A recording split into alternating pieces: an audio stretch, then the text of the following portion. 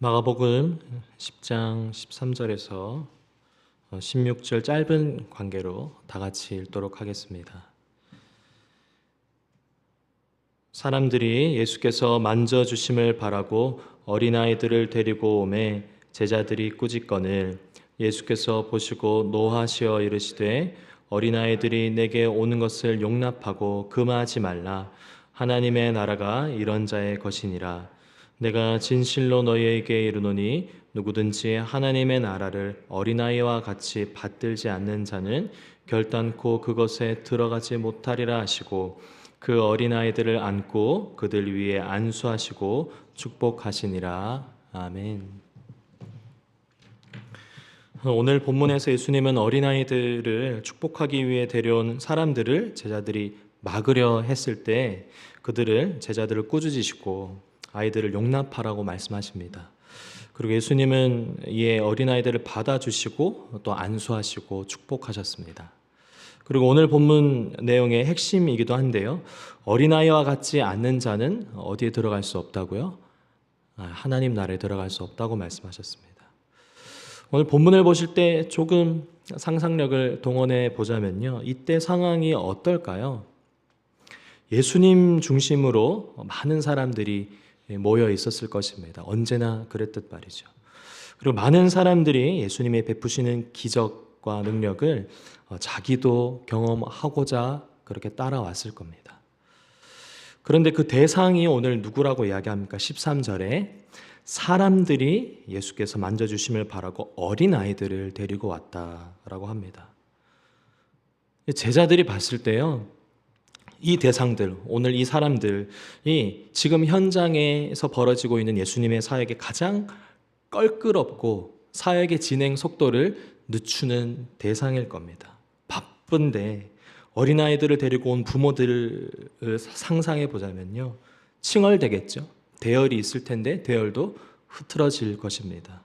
그리고 당연히 아이들 때문에 요란하고 그 울음소리 때문에 시끄러웠을 것입니다. 달리 말하면 제자들은 가장 효율적인 방법으로 예수님의 사역이 원활하게 돌아갈 수 있도록 상황을 통제하고 관리하고 있는 것입니다. 오늘 본문에 쓰여진 이 시대의 배경이 어떻습니까? 1세기 로마의 지배를 받고 있는 이스라엘입니다.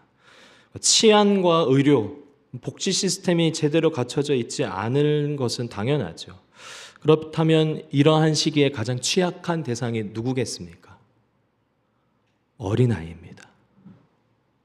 아마 이런 생각을 하지 않았을까요? 계속 아프니까요. 제때 병원에 갈 수도 없고 또 전쟁에 또 식민지로 있는 시대이기 때문에 그 아이들의 아픔을 당연시 여겼을 것 같습니다. 애들이 아픈 건 어쩔 수 없는 건데 얘네까지 예수님이 다 치유하시면 어떻게 이 많은 사람들을 다 감당하겠어?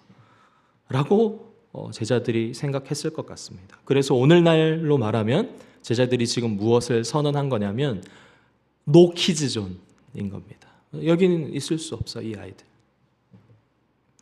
이렇게 예수님의 사역과 동선의 그 흐름을 방해하고 속도를 더디게 하면서까지 그 부모들이 바랬던 것은 무엇일까요? 13절 다시 보시면 이 부모들이 무엇을 바라고 있었을지, 그리고 그 어떠한 마음으로 왔는지 보이시지 않습니까?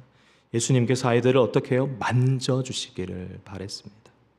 이 만지다의 뜻을 가진 헬라어 아프토라는 단어는요, 나병에 걸린 자에게 예수님이 손을 댔을 때, 또 반대로 혈루병 여인이 예수님에게 손을 댔을 때, 만졌을 때 쓰였던 단어를 그대로 쓰고 있습니다.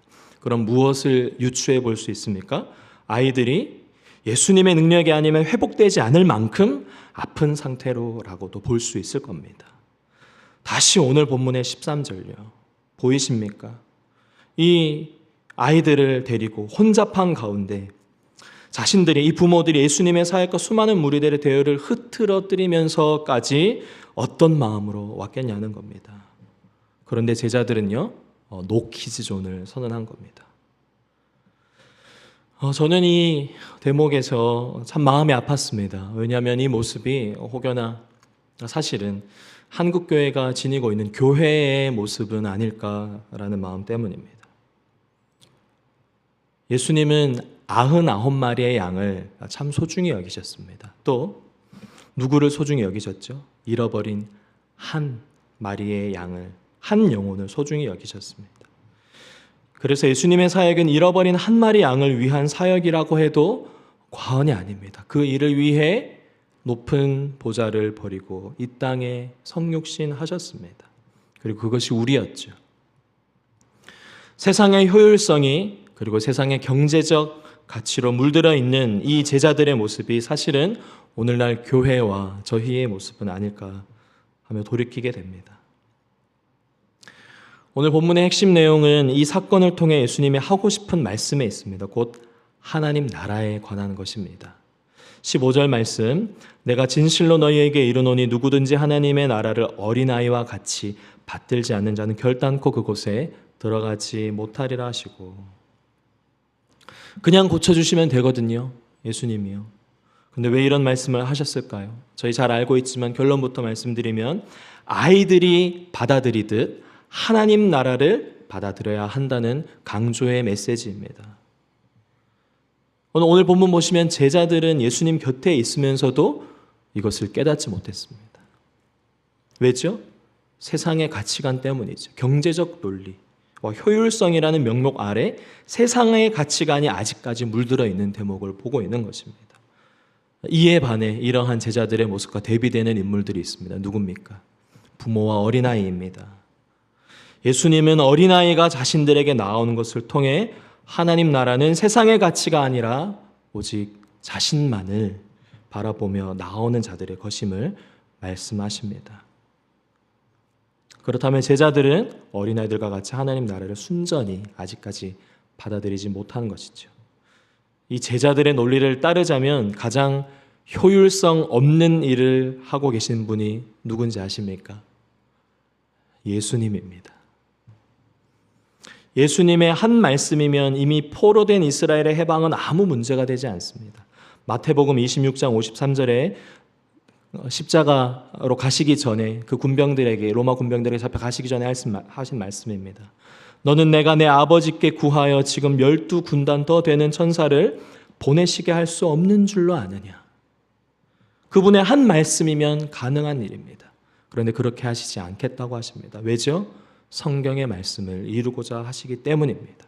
죄 없는 하나님의 아들이신 예수께서 십자가에 못 박혀 죽으심으로 이루시는 그 모든 인류의 구원을 위해서 가장 비효율적인 사역을 하시는 분이 예수님인 것이죠.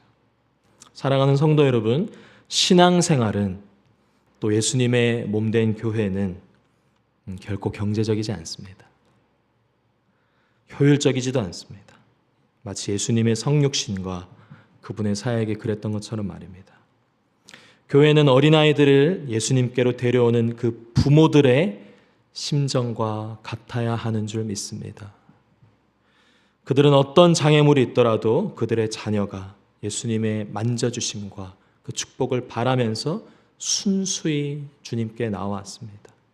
모든 사람을 자신에게로 초대하시는 예수님의 마음이 다시 우리 안에서 솟아나기를 예수님의 이름으로 축원합니다.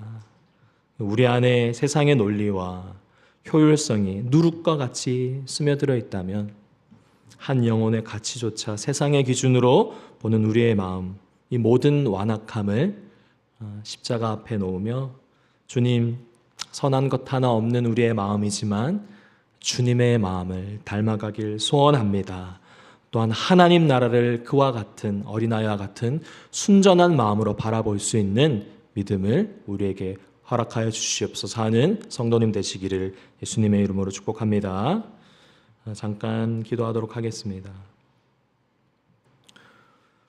하나님 아버지, 오늘 말씀을 통해 우리의 마음이 어린아이와 같이 되어야 함을 보게 됩니다.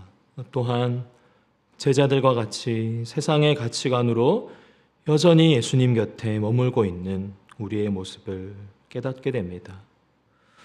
그러나 선한 것 하나 없는 우리의 이 완악한 마음에 주님 마음을 주시옵소서. 한 영혼이 돌아오심을 오늘도 갈망하시는 그 예수님의 마음을 우리 또한 담기 원합니다. 또한 우리가 속한 공동체와 또 수지해본 교회가 주님의 마음을 따라 운행되어 주님 기뻐하시는 교회와 공동체 되게 하여 주시옵소서. 그렇게 행하실 주님 감사드리며 예수님의 이름으로 기도드립니다. 아멘. 오늘 두 가지 기도 제목으로 주님께 나아가길 원합니다. 첫 번째는 우리 자신을 위해서 제자들과 같이 효율성을 따지는 우리 안에 있는 세상의 가치가 있다면 주님 어린아이와 같은 마음을 우리에게 허락하여 주시옵소서. 또 두 번째는 교회 공동체를 위해서 기도하길 원합니다. 수지 애본교회가 사회적으로 경제적으로 그런 효율성을 먼저 앞세우는 것이 아니라 잃어버린 한 영혼을 위해 우리에게 주신 모든 은혜를 또한 베푸는 그런 주님 기뻐하시는 교회 되게 하여 주시옵소서. 우리 자신을 위해서 그리고 교회를 위해서 다 같이 통성으로 기도하겠습니다. 선하신 주님, 주님의 은혜를 구합니다. 주님, 정말 제자들의 그 모습과 다를 바 없는 우리 안에 누룩과 같은 세상의 가치가 안에 있음을 주님 고백합니다. 주님 효율성과 경제적 가치를 따지는 그 영역들이 주님 교회와 또한 우리에게 이루신 가정 공동체 가운데서도 여전히 그것이 제 마음 가운데 있음을 보게 됩니다. 주님, 그런 자들은 결코 하나님 나라에 들어갈 수 없다고 말씀하시는데 주님, 오늘 제 마음 가운데 또 성도님들의 마음 가운데 어린아이와 같이 하나님 한 분을 향한 순수한 마음을 다시 회복케 하여 주시옵소서. 잃어버린 한 영혼을 위해 자신의 생명을 내어주신 그 예수 그리스도를 닮아가는 공동체와 교회 되게 하여 주시옵소서. 주님, 그렇게 하실 주님을 찬양합니다.